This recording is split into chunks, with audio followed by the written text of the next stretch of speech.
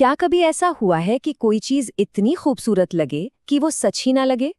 आज हम एक ऐसी ही कहानी में गहरे उतरने वाले हैं जहां एक सुनहरे हिरन का मोह एक बहुत बड़े धोखे की वजह बन जाता है। तो सवाल यही है, कैसे कैसे मोह, कर्तव्य और डर ये सब मिलके एक ऐसी उलझन पैदा कर देते हैं जहां सही और गलत के बीच की लकीर ही धुंधली पड़ जाए। चलिए इस जाल के धागों को एक एक करके खोलते हैं। तो चलिए चलते हैं दंडक वन में। यहाँ का माहौल एकदम शांत है।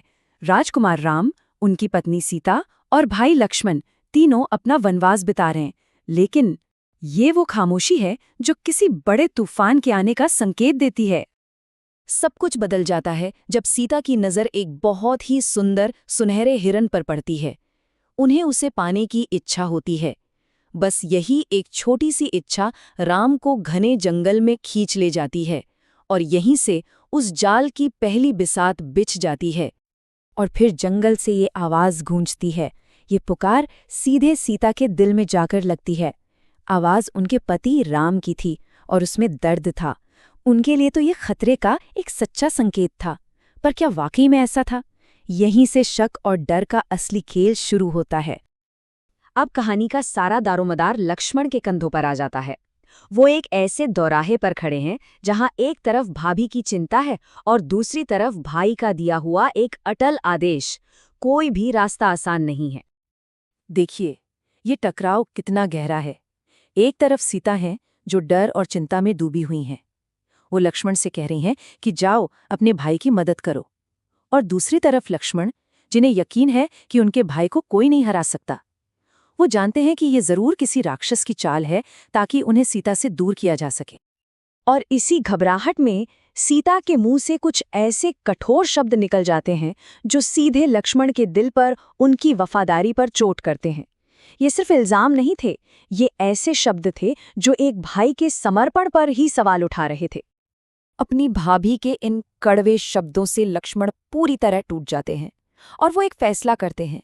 वो सीता की रक्षा करने के अपने सबसे बड़े कर्तव्य को तोड़ने का फैसला करते हैं ताकि वो उस कर्तव्य को निभा सकें जो सीता उनसे चाहती हैं।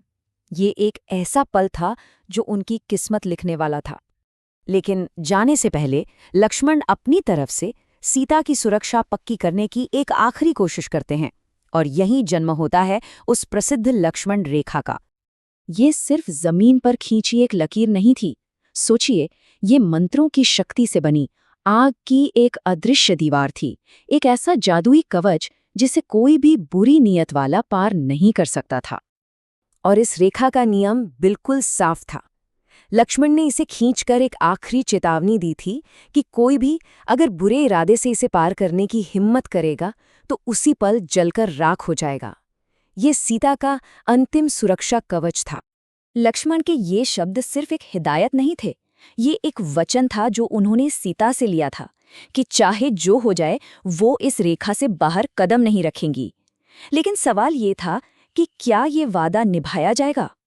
जैसे ही लक्ष्मण आंखों से ओझल होते हैं, इस पूरे खेल का असली खिलाड़ी सामने आता है और अब माहौल में एक गहरा खतरा महसूस होने लगता है। ठीक तभी कुटिया के दरवाजे पर एक साधु दिखाई देता है। ये कोई और नहीं बल्कि लंका का राक्षस राजा रावण था, जिसने एक तपस्वी का भेष धर लिया था। उसने सीता की सबसे बड़ी ताकत, उनकी दया और धर्म को ही अपना हथियार बनाने का मन बना लिया था। यहाँ रावण की चालाकी देखने लायक है। वो एक एक करके सीता पर दबाव बनाता है। पहले वो धर्म का वास्ता देता है, जब वो काम नहीं करता तो नाराज होने का नाटक करता है और आखिर में श्राप देने की धमकी देता है। वो सीता को एक ऐसी कश्मकश में डाल देता है जहां लक्ष्मण से किया वादा और एक अतिथि के प्रति उनका धर्म दोनों आपस में टकराने लगते हैं। सीता के लिए ये एक बहुत बड़ी मानसिक लड़ाई थी। एक तरफ एक भाई को दिया हुआ वचन, एक सुरक्षा की रेखा, और दूसरी तरफ एक भूखे साधु को दरवाजे से खाली हाथ लौटाने का पाप। उन पर दबाव बढ़ता ही जा रहा था। और फिर वो पल आता है जब धर्म की भावना दिए हुए वचन पर भारी पड़ जाती है। एक अतिथि का अपमान न हो, बस यही सोचकर सीता लक्ष्मण रेखा से बाहर कदम रख देती हैं और उसी एक कदम से सब कुछ हमेशा के लिए बदल जाता है। जैसे ही वो रेखा पार होती है, साधु का नकाब उतर जाता है और कहानी अपने सबसे भयानक मोड़ पर पहुंच जाती है। वो साधु पलक झपकते ही गायब हो जाता है। उसकी जगह खड़ा था रावण, लंका का 10 सिरों वाला राजा, अपने असली और भयानक रूप में। धोखा अब पूरी तरह से सामने आ चुका था और सीता जाल में फंस चुकी थी। लेकिन इस भयानक मंजर का एक गवाह था, महान गिद्धराज जटायु। वो सीता को अपनी बेटी मानते थे और उन्हें बचाने के लिए अपनी पूरी ताकत से रावण से भिड़ गए। ये एक बहुत ही असमान लड़ाई थी, लेकिन हिम्मत की एक मिसाल थी। बुरी तरह घायल होकर गिरने से पहले उन्होंने धर्म के लिए अपना सब कुछ दांव पर लगा दिया था। अब वापस चलते हैं राम और लक्ष्मण के पास, जो जंगल में उस धोखे भरी पुकार का पीछा कर रहे थे, इस बात से बिल्कुल अनजान कि उनके पीछे क्या हो चुका है। जब दोनों भाई वापस आश्रम लौटते हैं तो उनका स्वागत एक भयानक खामोशी करती है। कुटिया खाली थी और जमीन पर खींची वो जादुई रेखा टूटी हुई थी। जिस अनहोनी का उन्होंने कभी सोचा भी नहीं था, वो अब हकीकत बनकर उनके सामने खड़ी थी। राम के ये शब्द उस पल के सारे दर्द को बयां कर देते हैं।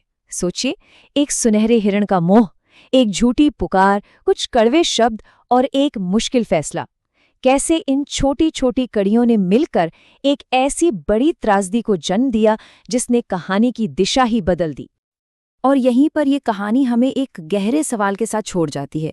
ये सिर्फ एक अपहरण की कहानी नहीं है, ये इंसानी भावनाओं, कर्तव्य की उलझनों और एक अकेले फैसले के दूर तक होने वाले असर पर एक सोच है। यह हमें याद दिलाती है कि सच और भ्रम के बीच की रेखा अक्सर उतनी ही नाजुक होती है जितनी जमीन पर खींची एक लकीर।